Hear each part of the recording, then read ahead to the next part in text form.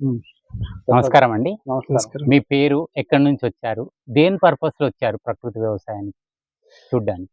నా పేరొచ్చేసి Shravan Kumar okay. And మా వైఫ్ శ్రీనిధి. ఓకే. సో, మేమిద్దరం వచ్చేసి ఈరోజు ఎస్ఎస్‌వి న్యాచురల్ ఫార్మ్‌కొచ్చాము. హ్మ్. సో, మేము రావడానికి రీజన్ అంటే ఏం లేదు. మేము రీసెంట్‌గా we used to consume previous chemical food అంతా తింటూ hmm. We are getting lot of diseases అంత నాలెడ్జ్ అదైతే అందరికీ తెలిసిన విషయమే. హ్మ్. సో, మనం ఆర్గానిక్‌గా ఎందుకు తీసుకోకూడదు హ్మ్. అన్నప్పుడు మాకు ఒక గుడ్ ఫ్రెండ్ హరిబాబు అన్న దొరికారు. హుహు. ఆయన గైడెన్స్‌లో అసలు మాకున్న ఓకే. నాలెడ్జ్ అండ్ ఆయన అవేర్‌నెస్ అంటే ఇద్దరం నాలెడ్జ్ షేర్ చేసుకుంటూనే hmm. We went completely into organic farming. Hmm. So we search చేసుకున్నాము. ఎక్కడైతే ఆర్గానిక్‌గా బాగా హ్మ్. పండిస్తారో, హ్మ్. ఎవరెవరు ఉన్నారో ఆర్గానిక్‌గా పండించేవాళ్ళు. హ్మ్. సో, అన్ని సెర్చ్ చేసుకొని అందులో నుంచి the best hmm. Quality of ఫుడ్‌ని hmm. We changed the quality of food, the hmm. Taste and everything got changed in the home.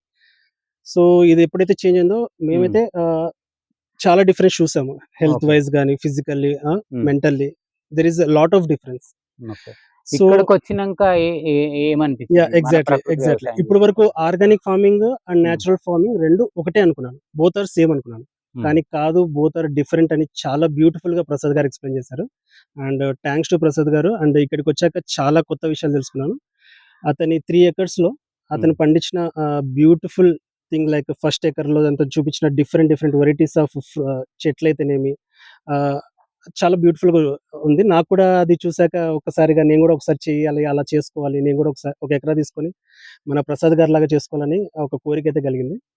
And ఇక్కడ నేచురల్ ఫార్మింగ్‌కి అతను ఆర్గానిక్ ఫార్మింగ్ డిఫరెన్స్ చెప్తూ natural farming is completely different from organic farming అని ఎంత క్లియర్‌గా explain చేశారంటే, it's like ఇక్కడ దొరికే చెట్లు ఇవే వీటిని మళ్ళా సాయిల్‌కి ఎరువుగా పెడుతూ అండ్ సాయిల్‌ని చాలా ఏమంటారు? సారవంతంగా చేస్తున్నారు. సారవంతంగా చేస్తున్నారు. సో, ఆ సాయిల్‌లో ఉన్న సారవంతం రావడానికి రీజన్ ఏంటి? ఎలా చేయాలి? అనేది చాలా బ్యూటిఫుల్‌గా చూపిచ్చారు.